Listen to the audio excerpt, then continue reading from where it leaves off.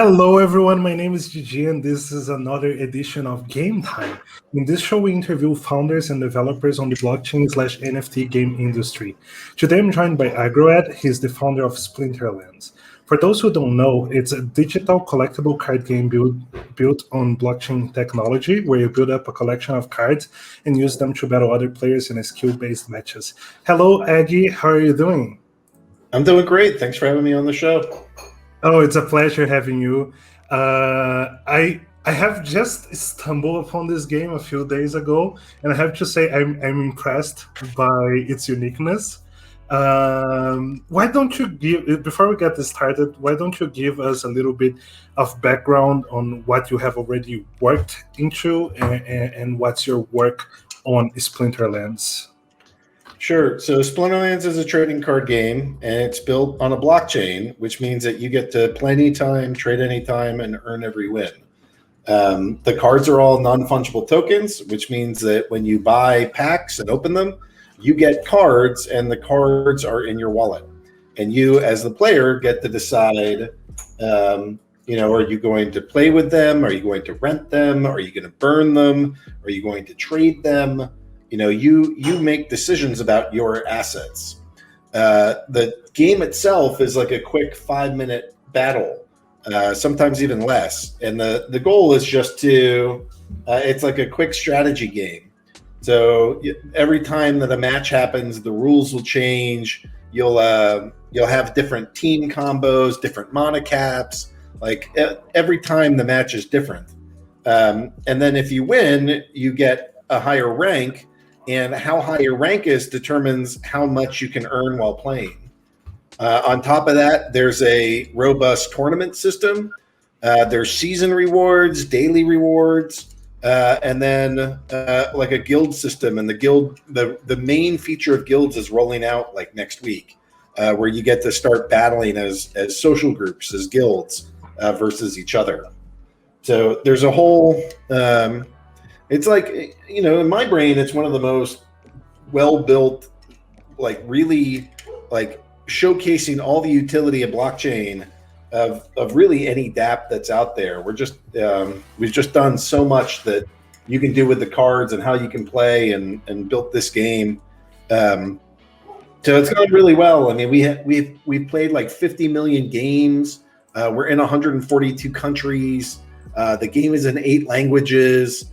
We hit 70,000 registered users. We have 21,000 like paying users. So I don't know. It's great. Things are progressing, and the game is growing rapidly. And I don't know. This has been a wonderful year so far. Yeah, I guess because the space has been growing very fast as well, right? And I would 100% agree with you. It's a very good showcase of what's possible with the blockchain technology. And it also impressed me, as you said, each match being different. Usually you have these auto battlers that you have very little input, but this here is not the case. Every single time you go into a match, you have to think, you have to come up with a strategy, and you don't have much time to do so.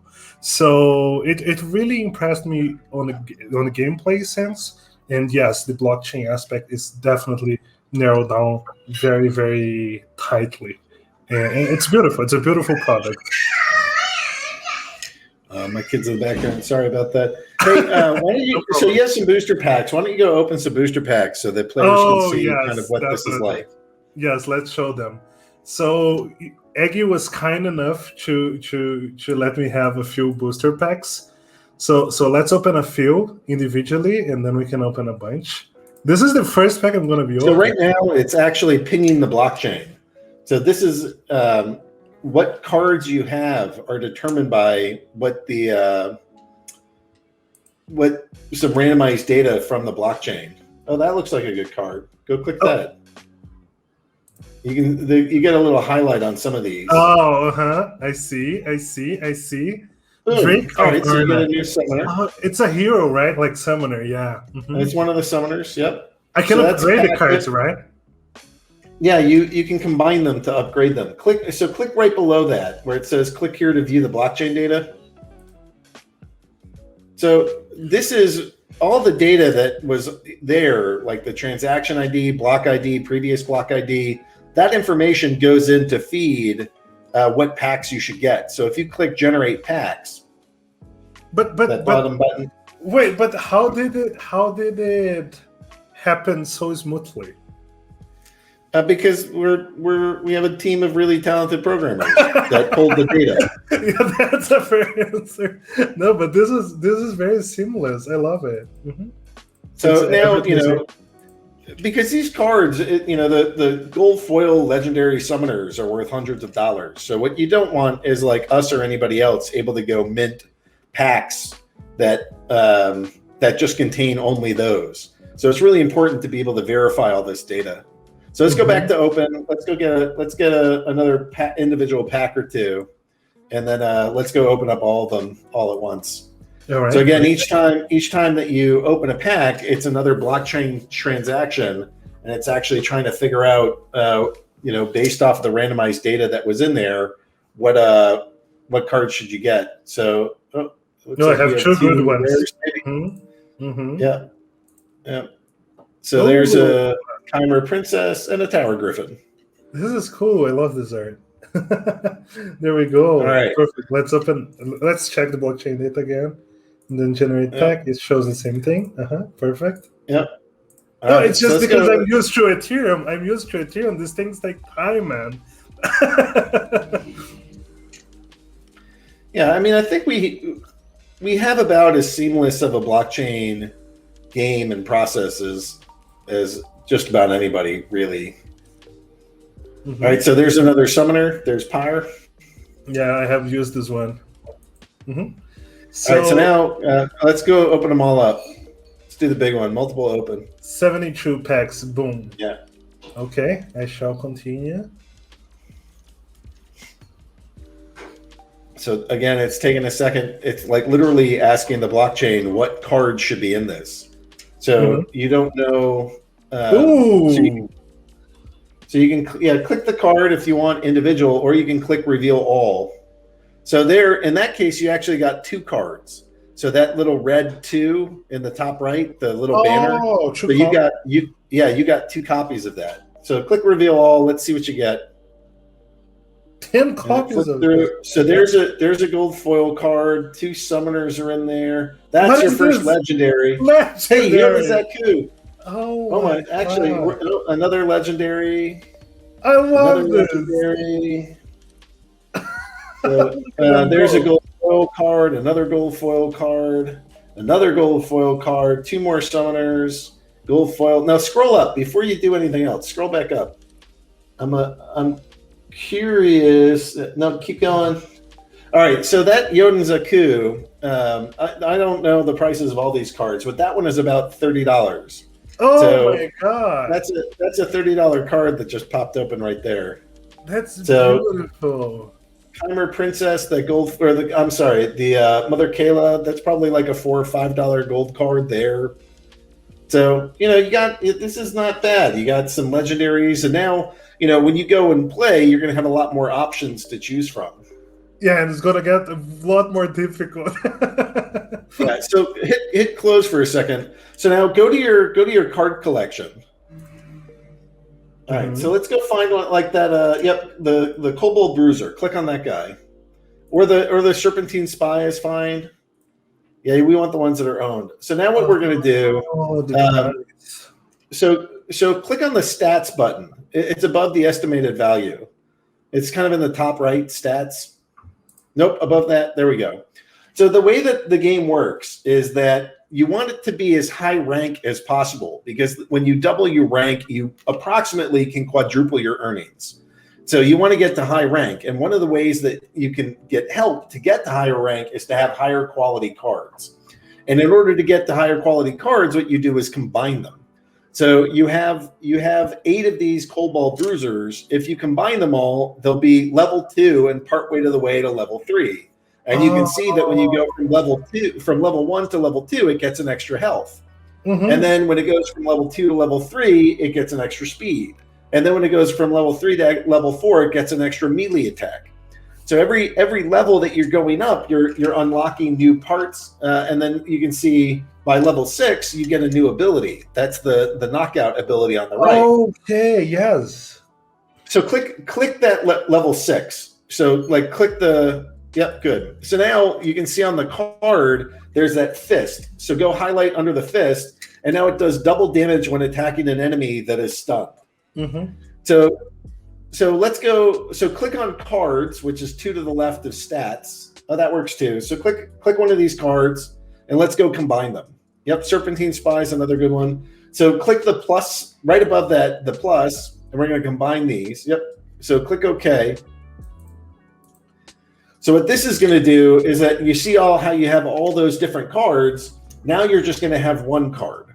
And that one card is going to be more powerful than it was before.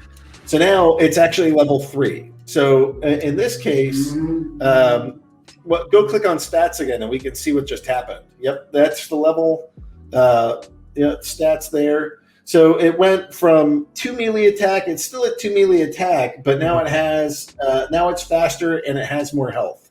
Yes. And it also has this ability opportunity. So if you go and highlight over the card, monsters with the opportunity ability may attack from any position and will target the enemy monster with the lowest health. This card, it's kind of like a little assassin card where it seeks out the weakest opponent and tries to kill it. Mm-hmm. So that's a fun card. So let's go back to your card collection. So cards, yep. And then so there's a couple of the categories. There's edition, foil, roll. Let's click on roll. There's 2 different rolls there. Let's just do the summoners. Okay. So the summoners summon monsters.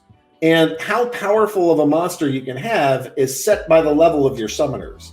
So it looks like you have the most of the Drake of Arnak. So let's go click on Drake. And let's go level this one up. So click that plus sign and hit OK. So the summoners level up slightly differently than the monsters do. So when we're done, when it combines, you can go click on the stats again. And what this is showing you is what level card they can summon. So the Drake of Arnak at level 1 can summon a level 1 common, a level 1 rare, a level 1 epic, and a level 1 legendary. So if you had the highest level legendary, it wouldn't matter because this Drake can't summon it because it's only level 2. It's not. Now, if you don't, right, you would need to upgrade your cards to be able to go summon the more powerful monsters. And so that's a lot of what our game does is, you have to get multiples of these cards to maximize their level so that all of your cards can be as powerful as possible so that you can rank up as high as you can. And the higher that you rank, the more that you can earn. And then there's a bunch of tournaments too. So if you click on above that little black cards icon is events. Yep, click that. So you can see we have $12,000 over the next month or so of prizes that are going to go out to players. And which ones you can join is dependent on your rank and the quality of your cards. So like if you go so a little bit below that, you see the kobold and it says Untamed Kobold Mining Expedition. Two down. No, one more down. That guy. So this is bronze level or novice level cards. It's only a $9 tournament. It's Untamed, which is our current edition, and so you can only use the current edition cards. So it's very inexpensive to try to get to play. And then the prize pool is $9. So the players that are winning are going to win a couple bucks for participating. If you look at the next one down, that's League of Champions. And the League of Champions is for the highest level cards. The prize pool is $160. If you want to enter and you don't have the right cards or the right rank, then it costs more tokens to be able to get into that tournament. So like the higher your rank and the higher quality of cards, the more access you have to prizes. Yes. is how a lot of this is set up. Mm-hmm. So we've we've currently given out over $200,000 of rewards to players. This is insane. And yeah, I mean, we like to give back quite a bit to the guys, and that's just what is in the tournaments. I mean, people are winning. They're winning rewards cards. They're winning all kinds of things from us. So, there's an in-game cryptocurrency called Dark Energy Crystals. So they get that Dark Energy Crystal too. So actually, let's go showcase that. So go back to your card collection for a moment. Yep, cards, and then let's. We're gonna kill one of these poor bruisers. So click on your bruiser. Yep, the bruiser, and then click on one of these cards, the little checkbox on the left. Yep, and then we're gonna get rid of it. So in the top right, that says convert to dark energy crystals. Yep, click that. Yes. Okay. So what we're gonna do is we're gonna nuke this card, and that card is destroyed permanently from the game, never to be seen again. And if you look in the top right, your dark energy crystal count is going to increase. So now you have 10 dark energy crystals that you didn't have before. So you can go on the market and you can buy other cards. You can do other things. You can enter tournaments, and it's all dependent on your in-game cryptocurrency balance. One other neat thing. Mm-hmm. Yep. So you can also buy tokens or like.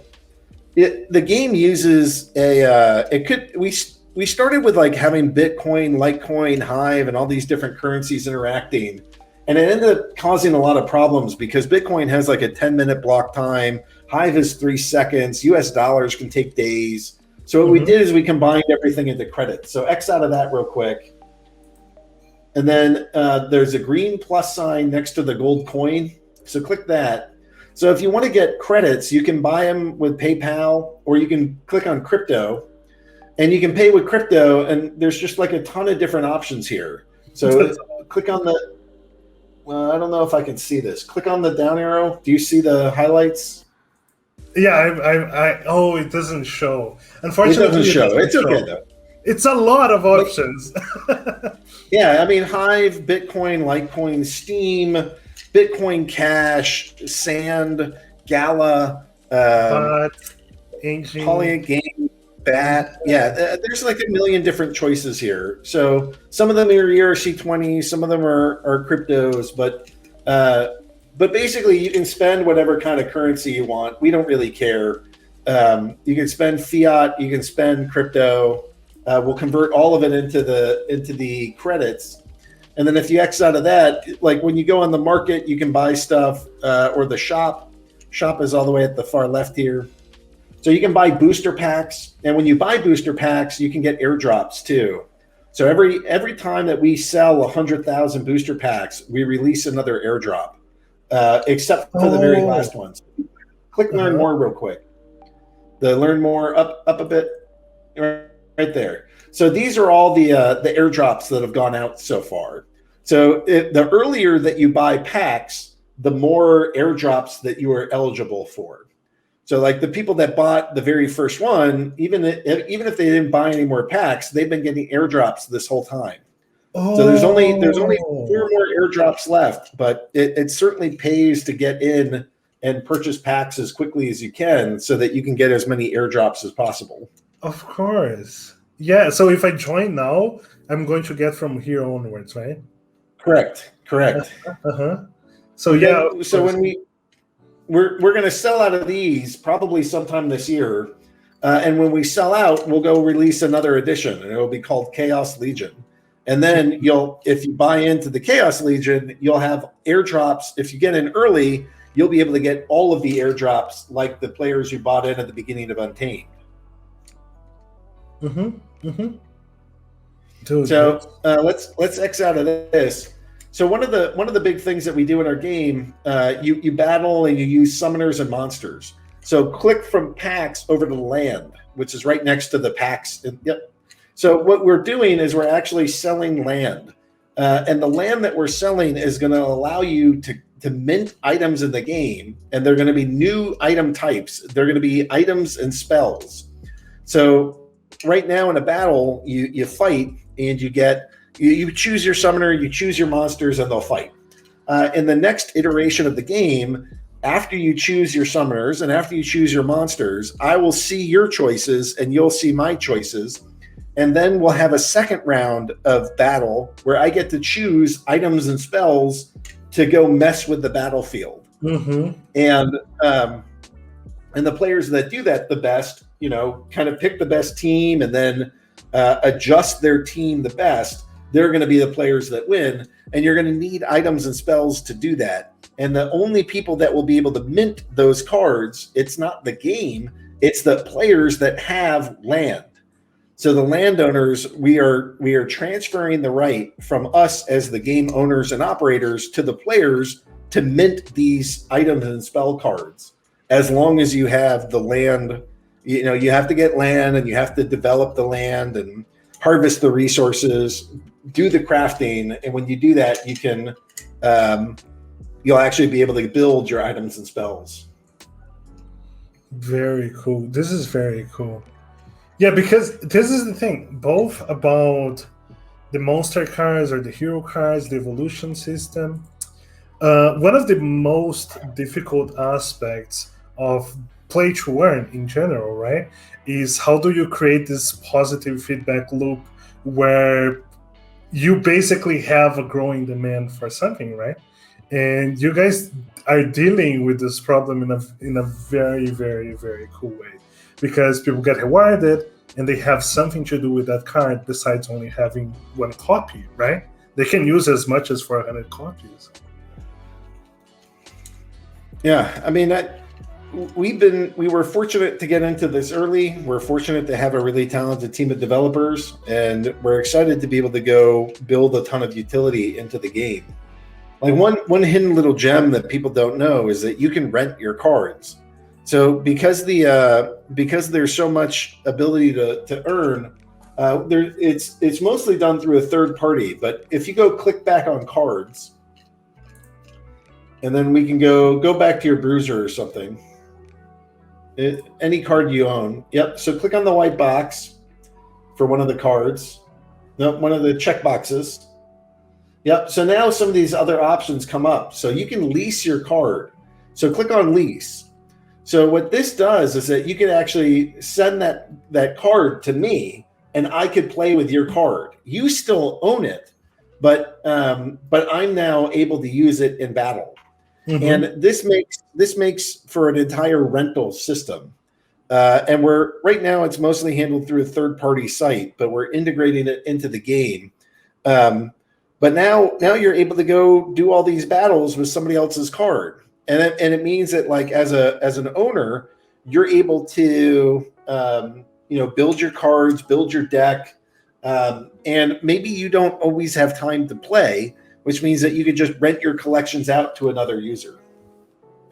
That's amazing. And then people can test stuff before they actually purchase them if they want to.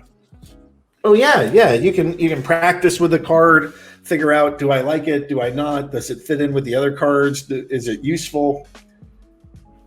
So you don't.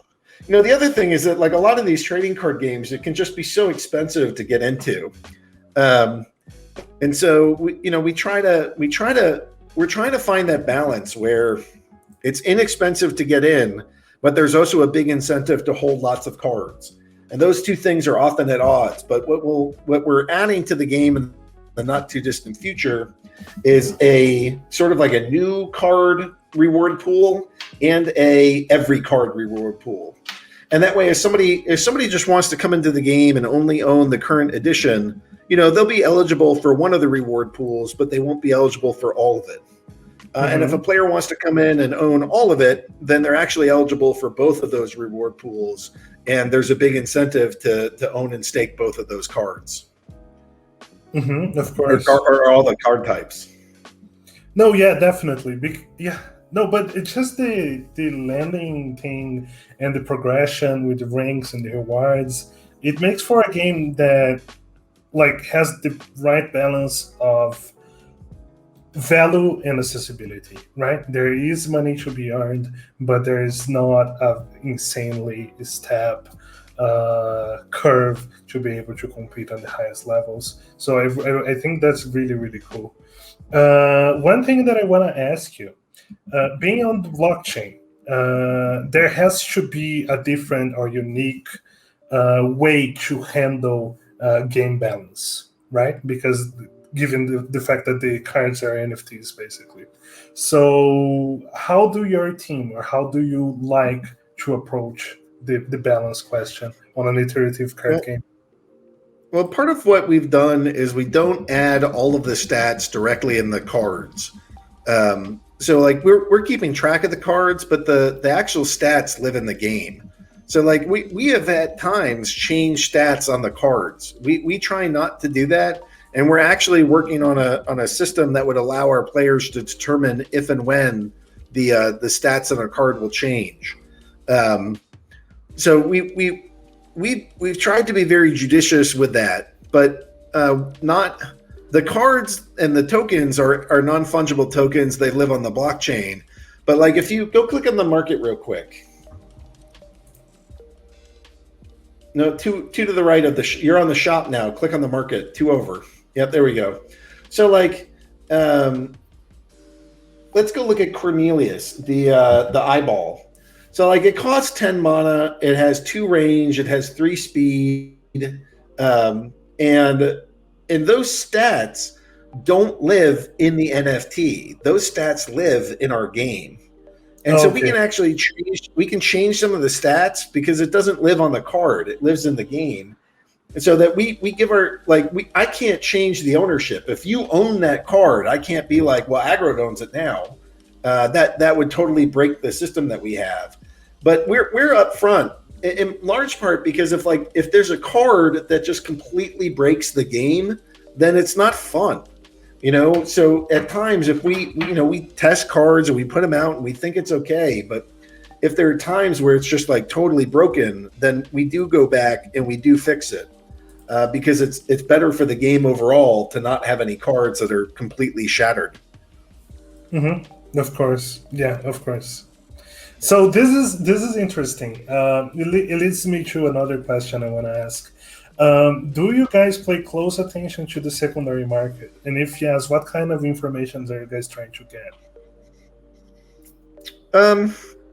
Well, I think a lot of our players pay constant attention to the secondary market. A lot of people trade these cards and flip them. I know some players that have made tens of thousands of dollars buying, selling, and trading these cards. But that's not as game designers and the owners of the system, our goal is to help make sure that these cards are able to earn, that they have a lot of utility, but we don't try to look at individual prices of cards and say this needs to go up or that needs to go down. We just try to build the game to be as rewarding to players as possible and give as much value to you guys as we can. So we watched the secondary, and obviously, it's been going up. Have you joined our Discord? Are you in the Discord group at all? I think so. Yes. So can you show the Discord for a moment? Mm-hmm. I can. Give me 1 second.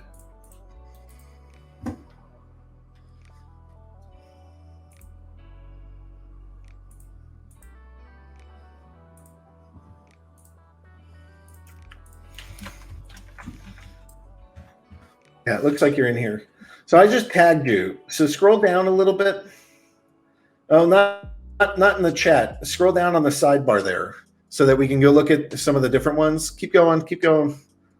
There. So SM Voters Hut. Click on that and scroll all the way down. We'll go look at that in a second, but we're gonna refresh it and you're gonna do the command yourself. So type in $ market cap. It's got to be all one word. So this is the current market cap of the cards. So click on that. So what this is a bot that just lives in the Splinterlands Discord, and it spits out a graph, and that graph is based off of the lowest asking price of the cards on the market multiplied by how many of them exist. So it's not like a perfect example, and there's probably other ways to track this, but this is how our cards have been going. So it's been a really wonderful last couple of months. We're over $8 million now of secondary market value, and that's not anything that the game sets. That's what the players set. We don't impact that or influence that. Like that's how the players decide that the cards are worth. That's not up to us. Yeah, so that's one again. So click off of that. Let's go do another command. So I want you to type in $top 10. No, all one word. So $top, and it's nope. So hold on, it's $top TEN, and then you're going to type in space value. So $top 10 space value. So what this is that it's tracking, whereas the previous one was about like how much is the secondary market worth for the entire collection. Now this is just looking at a couple of these cards or a couple of the accounts that are holding cards. So one of the cool ones that's in there is the SL-Wax. So let's go back. I'm going to give you let me give you a link real quick. So we've been our game. The game itself isn't entirely interoperable, but one of the pieces is that we can put our cards onto the Wax blockchain and also onto Ethereum through OpenSea. So go click on that link, please, and let's go show that real quick. Here we are. We're on Wax. So we're on Wax, but these are Splinterlands cards. So even though our cards are based on over on the Hive blockchain, we've built the bridge that allows us to have our cards be on more than one ecosystem. So this is you see this a little bit for like atomic assets and or just atomic swaps, where now you can have like wrapped Bitcoin live on Ethereum. So you can see it for fungible tokens, but you don't see it for non-fungible tokens all that much still. So the fact that we're on two other blockchains, I think we're the only game that can do that right now, although I'm not positive. No, dude, this is... Yeah. The interoperability I have never seen for game assets yet. It's the first time. Yep. So you can't play with the cards if they're on the Wax blockchain, but I think it's pretty good because this is like, how there was that like steep rise in the market cap right at the very end. I think a lot of that was after we built this bridge. So now the cards are always on Wax, and the players, they're like, people are finding us on Wax all the time. So there's just a lot of goodness that are happening there. Yeah, it's another platform, right? For people to get to know the game, for people to trade, and it makes sense. It makes sense that it's going up. Shall we try and play some games? Yeah, let's do it. Go for it. Oh my god, I'm gonna embarrass myself here. I have so many new cards now. What am I gonna do? Well, fortunately, the game isn't like super fast paced at the lower leagues. All right, so before you click into that, we're gonna waste a little bit of.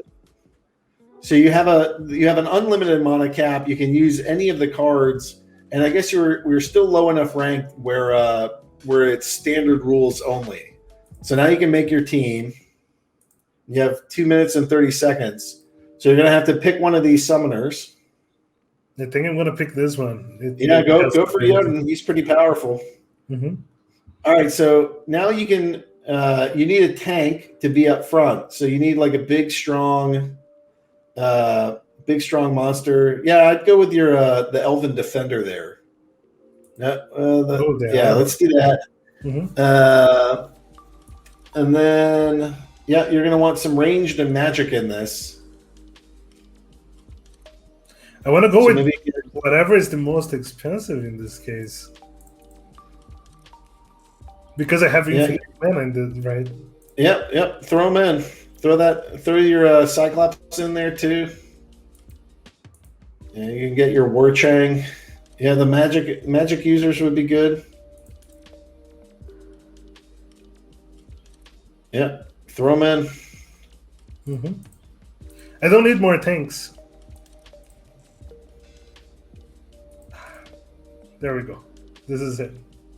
All right, so hit battle. Oh, the Elf Defender is level 3. That's pretty good. So what Jotun does is he gives all of your monsters the blast ability, which means that they're gonna attack and do damage to not just the main monster that they're attacking, but to the monsters that are beside them. Yep. So hit Rumble. So the first thing that happens is that the summoner's buff. So and then after the summoner's buff. Then the monsters might buff if that's a possibility, and then it goes on from there. But so the game itself is an auto battler, but you're just gonna start killing all these dudes. Oh, because the blast, blast is smushing them. That was crazy. Yep. So you got that one, and you're gonna kill the. Oh my god! Look at this. Yeah, Yoda is pretty powerful at lower levels. It's killing everything. Boom. We're getting some major death. So now that javelin thrower can't even attack because it's a ranged monster in the first position. Oh, they don't attack? Yeah, you have to be either melee or magic in the first position. So you beat your opponent. So now it shows that you and your summoner won. And if you look to the right, you actually just won some dark energy crystals. Mm-hmm. So that's not like a ton of them, but you also are like super low rank and just starting. But imagine every single time that you win, you start accumulating dark energy crystals. You're getting paid to play this game. You're getting paid to win. That's amazing. Yeah, I want to play more. Yeah, good. Perfect. Let's go for a few more. I have more questions, but dude, I was playing. Yeah, usually was playing with way lower mana cap, and then it was a little bit more difficult. So here's 13 mana. So now Jotun might not be a good choice because he costs 7. Oh, they have cost by themselves. Yeah. All right. Yeah. Okay. So let's go with Tyrus Palladium. I think he's pretty good. All the way on the left, the bottom row. Yep, keep going. There we go. Tyrus. Let's go with him. Mm-hmm. So now, I don't know what's we have only 13 mana. So I like the sneak monsters. So I like the Elven Cutthroat and that cat, but you need a tank in the first position. So let's do. We only have 10. So I don't want 5. I want. Let's do the Jaguar. Yep, 2 to the right, the Jaguar, and then let's do the Feral Spirit and the Elven Cutthroat in the middle. Oh, the Elven Cutthroat. There we go. 13. So okay. Yeah, let's give this a shot and let's see how it goes. Mm-hmm. Mm-hmm. So this team is designed to go attack not the tank, but the person in the back. Mm-hmm. Just ignoring. So we'll see if yeah, this sneak mechanic is amazing. Oh my god, the chicken's gonna die. Yeah, chicken dies first. So all your guys get some armor. Bye. So we kill the chicken.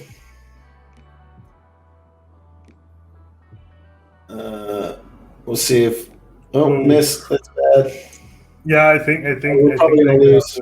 Yeah. Crisis. Oh my God! Stop missing. Oh, it has flying, which is why it keeps missing. Oh, okay, okay. They have a higher chance of evading. Oh my God! This was a strong tanker. It heals itself as well. Yep. I really like that you guys have replays already. I've playing Gods Unchained for such a long time. It's like terrible that we don't have that. I didn't know that. Yeah, well, I'm happy that we do. No, there's a bunch of things that you guys do that's pretty good. We can actually check matches from the top players, can't we? Say that again. Oh yeah, you can watch it from other players. Yes. No, yeah, I saw that earlier and I was like, damn, so many features that like not even Hearthstone does, like have that. Where is it again? Well, that's part of what's nice about being on a blockchain is that all this stuff lives on chain. No, yeah, but like, yeah, let's watch a match. Here we go. A high level match. What does it look like?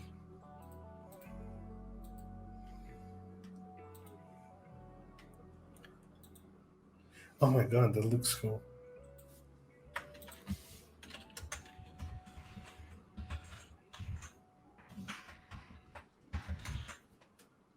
Oh my God, there's so much happening. Yeah, so these matches you're going to have like a lot of monsters that are applying buffs and debuffs. The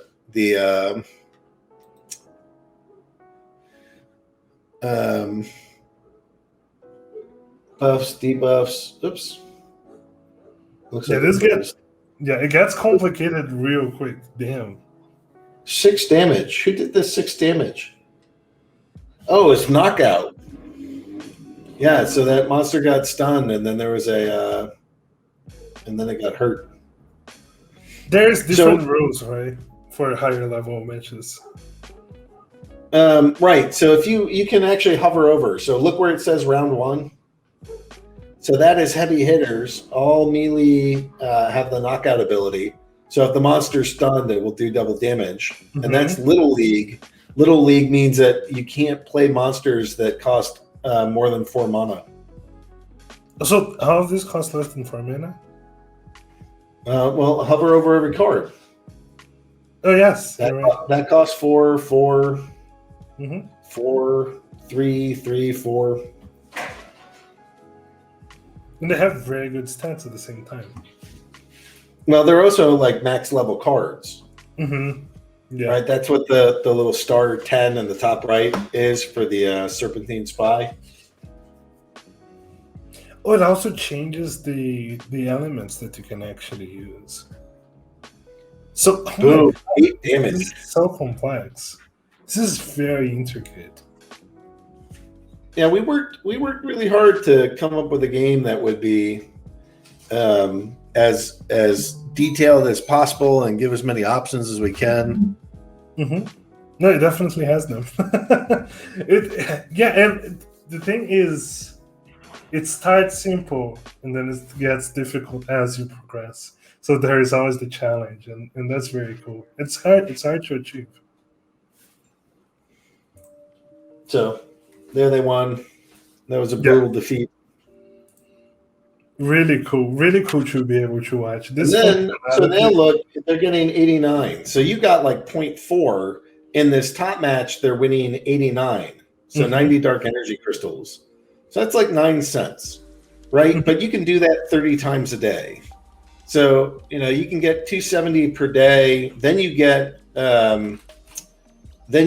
your daily quests. And you get cards in that, and then you get your season rewards, and you get cards in that, and then you're playing all these tournaments, and you're earning dark energy crystals for that, or maybe basic attention tokens. When some of our, like the Bat is running $5,000 worth of tournaments with us this month. Yeah. So click on events, and there's one right there.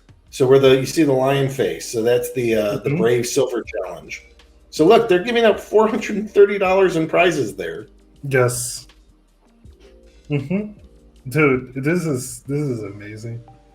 This is beautiful to see to see a game with so many functionalities. Like, because I feel like I have played a lot of card games. Hearthstone doesn't have what you guys have. MTGA doesn't have what you guys have, and yeah, it's beautiful. And, So the go piece that ahead. I think is fun is that it's like a really quick game, right? We got a mobile app. You can play this thing on your mobile app, and you just you're like in between work. You make a bunch of phone calls for work. You take like a 10-minute breather. You get in a game or two, and you go on. Like, Hearthstone, I'm not going to sit there and play it at work. I'm not going to like get on the bus and go do that. It's too involved, takes too much work. That to me is the kind of thing that I sit down and I like, it's my turn, it's your turn. I have some flexibility for how long this match could go on. Um, but here it's like a 5-minute thing. It's just quick. It's like a smoke break. It's like a little walk in the park. It's in between little simple things. Hmm. Yeah, dude, I'm just impressed. I want to ask you on the longer term, not so much long term, but what's the player base that you guys want to see in 3 years? Well, we're on pace to double, probably quadruple. So we're at 20,000 players now. By the end of the year, maybe we'll be at 40,000, and that's assuming we only double. Um, I don't know. Maybe by the end of next year, we should be at 100,000 like active, like purchased players engaged in the game. Hmm. The bull market is helping. Crypto is helping. If the bull market keeps going, through the end of the year, that's going to be great for us. But look at this prize pool, like $12,000 next month. I already went through 200,000. It's amazing. It's just amazing. So one thing that, oh, maybe this question doesn't fit much, but I'm gonna do it anyway. One thing that I have seen, at least like Gods Unchained, even Magic the Gathering in real life, is that it's hard to balance the interest of the player base and the interest of the collectors, because the collectors want to have the cards but basically don't want to use them. And the players want access to the cards so they can actually play. So how do you go about pleasing both of them at the same time? Well, that's the rental, right? That's the rental system. So, the collectors end up becoming like landlords. They become digital asset holders. So if I go back to cards, will you?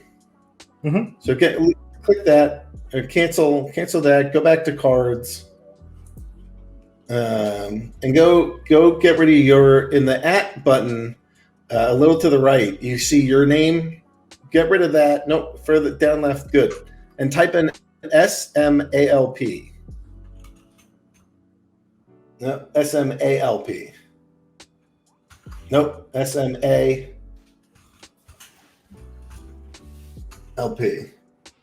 No, you got an O in there. There's no O. Yeah, nope. Just the P at the end. Good. All right. So click that. So like now click on legendary above, and then click on gold foil, or even just look in here. I mean, like, that's a pretty healthy collection. So we can get rid of, but you can see there's like maximum level gold foil cards. There's 20 Jotun Zakus on there, some of which have to be max level. You can see a gold foil Magnor. You can see the Phoenix and a couple different editions. I mean, that's a big collection, and that you don't need that many cards to play. That collection exists so that some of those cards can be rented, so that there can be a passive income. Mm-hmm. Like you need 20 Yonezakus to play, but of course, it's just showing an example of that's one of the accounts that has the most value baked into it. It's very cool to see the gold cards. Well, yeah, so above there's foil. If you click the blue one, it'll get rid of all the regular foil cards. Oh, And then that's the gold foil collection. So scroll down. this is a lot. And those are all legendaries. Yeah, it's a nice one. Mm-hmm.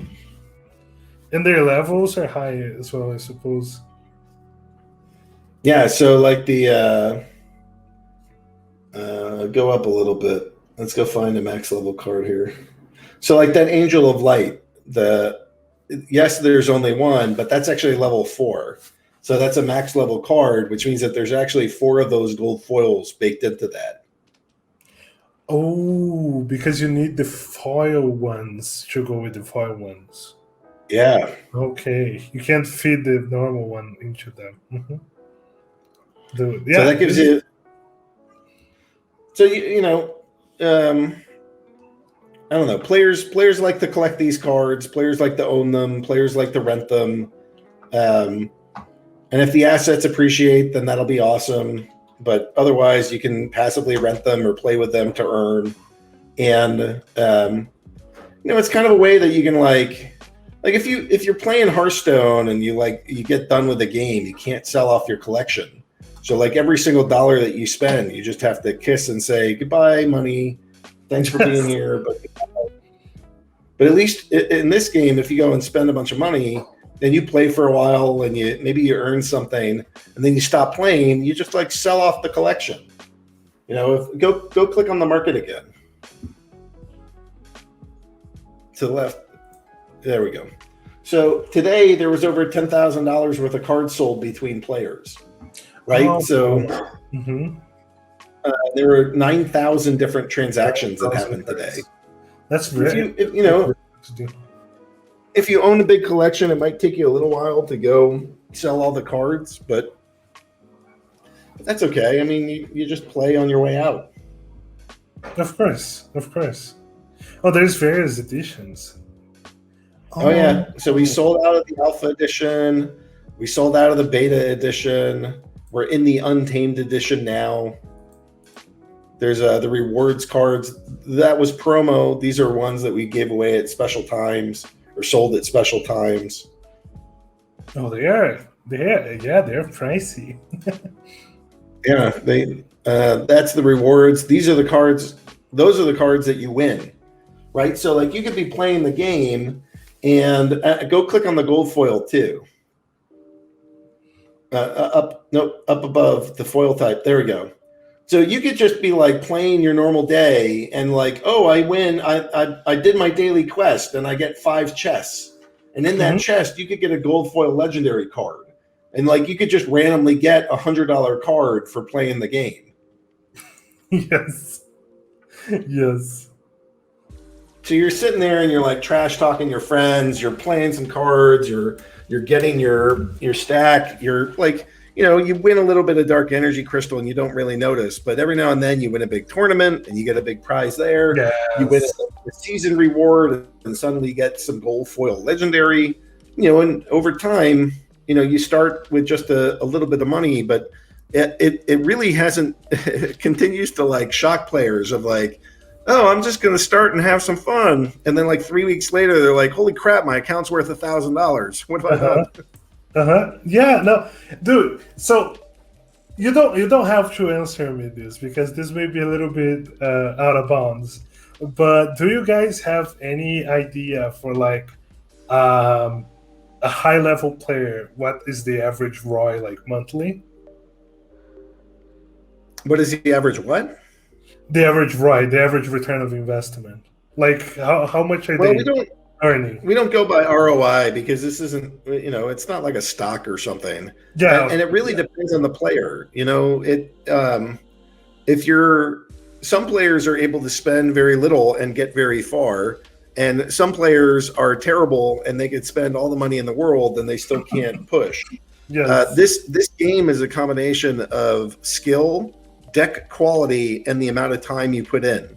Mm-hmm. So there's not just one answer for that. It's, if you are highly skilled and you have a high quality deck and you put in a bunch of time, then you could be the kind of person that's earning hundreds of dollars, if not thousands of dollars per week just playing the game. And if you don't have a high quality deck and you don't spend a lot of time and you barely know the rules, you won't earn very much at all. So that's where we want this. We want this, in my brain, it's proof of stake, proof of skill, and proof of time as the three main components that determine how much you earn. Mm-hmm. Yeah, this is a valid proposition that makes a lot of sense. And this is what a competitive game is about, right? Rewarding people who put the most effort and who are the most skilled. So if go back to battles. So 2 to the right of the market, the sword up there. Yeah, and then we want to go click on leaderboard. So one of the things that's been amazing to me is just like you're in Bronze League. So click all the way over to the right to Champion League. So like Bubkey, Neoxian, Too Curious, Grand High, Witch, Shiny Champ, Rainy, Shu Manchu. Like these are names that keep coming up over and over again. Zawi, Dave L22. There's JR Vacation. Like these are accounts that have been here for a while, that have been collecting for a while. These are like names that I know. Purple Goblin has a great collection. It's just like a big, it's not, to me, it's really refreshing that it's a lot of the same accounts that are doing well. Of course I want to see new ones come in and I want to see new ones that, mess up the ranks. But to me, it's really healthy that you see like a repeat of some of the same decks week after week, because it means that this isn't just some like random lottery of who wins. Yeah, but it's actually based off a skill. Mm-hmm. It's about how good they are. Yeah. Mm-hmm. Definitely. So I'm gonna have to wrap up here pretty quick. Oh yeah, no, we're running out of time. I want to ask you one more thing though. Simple one. What's your single most favorite card? The Halfling Alchemist. It's probably not fair, but no, that's the collection. Go into it's one of the promo cards. Promo. You want promo, and then you want epic. And that second one is the Halfling Alchemist, and it's loosely based off of my chops, the facial feature. So you can see mm-hmm. So I'm a little partial to that card, but also spoiler alert: 2 of my kids are actually in this game, built in as characters. So Seriously? yeah. So a lot of these cards are actually players. So if you click off of promo and then click on to legendary instead of epic, and then click on summoner, all the way at the right. So many of these cards are things that players built. So Prince Julian is somebody, Prince Renyan, those were Valinor, Yonzaku, Peak Rider, Plato, Cryptmancer, Byzantine Kitty, the Scarred Llama Mage, Chancius, Mimosa, Lear, all of those cards that I just rattled off. We did a bunch of Kickstarters, and players were able to go purchase the ability to design their cards. So these are cards that the players themselves have created and built into this game. That is amazing. That is just amazing. Yeah. and with that, I will allow you, if you want to have some last thoughts, anything else you want to share, and then we can wrap it up. Yeah, one of the best parts of the whole thing is the community. So if you've made it this far, come join us in Discord. You can go to discord.splinterlands.com. Interact with us, ask your questions, hang out. join a guild, meet other people that love crypto and love these games, and just hang out, complain about the game and about card mechanics, and that you didn't like that airdrop chance, go talk about the stuff that all the players talk about, and come do it with us, and do it as a big family that argues over every stat, every choice, everything. It's it can be a little exhausting, but these guys are awesome. So come join our community, hang out with us. We're fun people. Yeah, you heard from Aggie. Come fight him on Discord. Dude, it was amazing having you here. I love your game.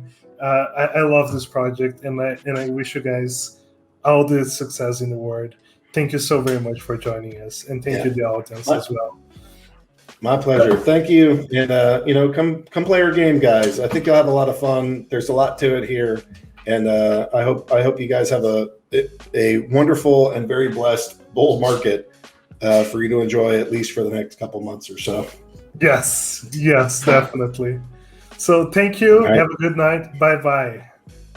Bye, guys.